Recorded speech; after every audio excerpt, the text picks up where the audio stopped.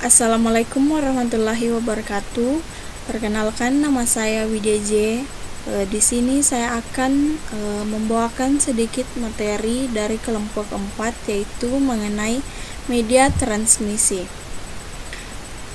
Media transmisi merupakan jalur fisik di antara transmitter dan receiver. Media transmisi untuk gelombang elektromagnetik dibedakan menjadi dua, yaitu guided dan unguided. Pada media guided, gelombang dipandu di sepanjang media yang secara fisik medianya sendiri tampak kasat mata.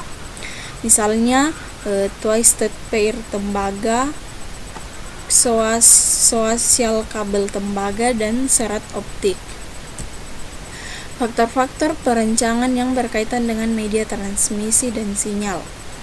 Bandwidth, selama faktor yang lain tetap konstan, maka semakin besar bandwidth sebuah sinyal akan semakin tinggi rate data yang diperoleh.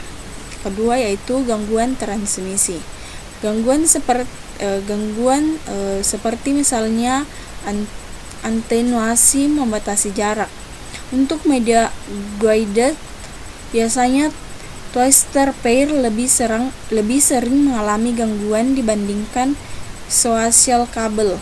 Demikian pula dengan koaksial kabel akan lebih tergantung dibandingkan dengan serat optik.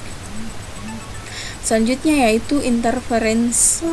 Interference dari sinyal-sinyal yang berkompetensi dalam band frekuensi yang saling tumpang tindih dapat mengubah atau menghapuskan sinyal.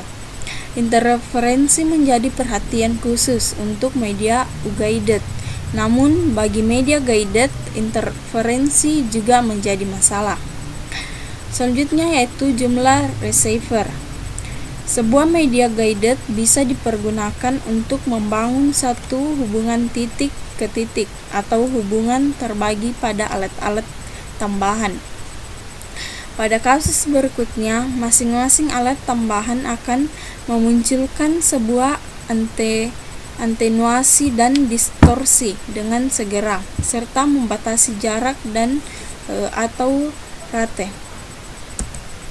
Media transmisi guided. Untuk media transmisi guided, kapasitas transmisi baik dalam hal rate data maupun bandwidth sangat tergantung pada jarak dan sistem transmisi medianya dari titik ke titik ataukah multi titik. Seperti misalnya dalam satu local area network atau LAN. Ada 3 guided media yang umumnya dipergunakan untuk transmisi data, yaitu yang pertama twisted pair, yang kedua koaksial kabel, yang ketiga serat optik. Frekuensi pemanfaatan untuk aplikasi fiber. Salah satu aspek yang membingungkan dari angka kelemahan dilaporkan untuk transmisi serat optik adalah bahwa selalu kinerja serat optik ditentukan dalam hal panjang gelombang daripada frekuensi. Transmisi wireless. Transmisi dan penangkapan diperoleh melalui sebuah alat yang disebut dengan antena. Untuk transmisi, antena menyebarkan energi elektromagnetik ke dalam media atau biasanya udara. Sedangkan untuk penerimaan sinyal, antena menangkap gelombang elektromagnetik dari media. Umumnya semakin tinggi frekuensi sinyal, semakin mungkin memfokuskannya ke dalam sinar searah. Karakteristik band komunikasi unguided. Gelombang mikrosatelit.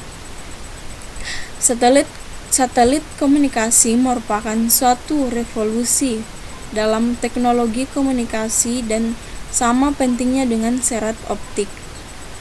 Aplikasi-aplikasi terpenting untuk satelit diantaranya yaitu distribusi siaran televisi, transmisi telepon jarak jauh, dan jaringan bisnis swasta. Radio broadcast.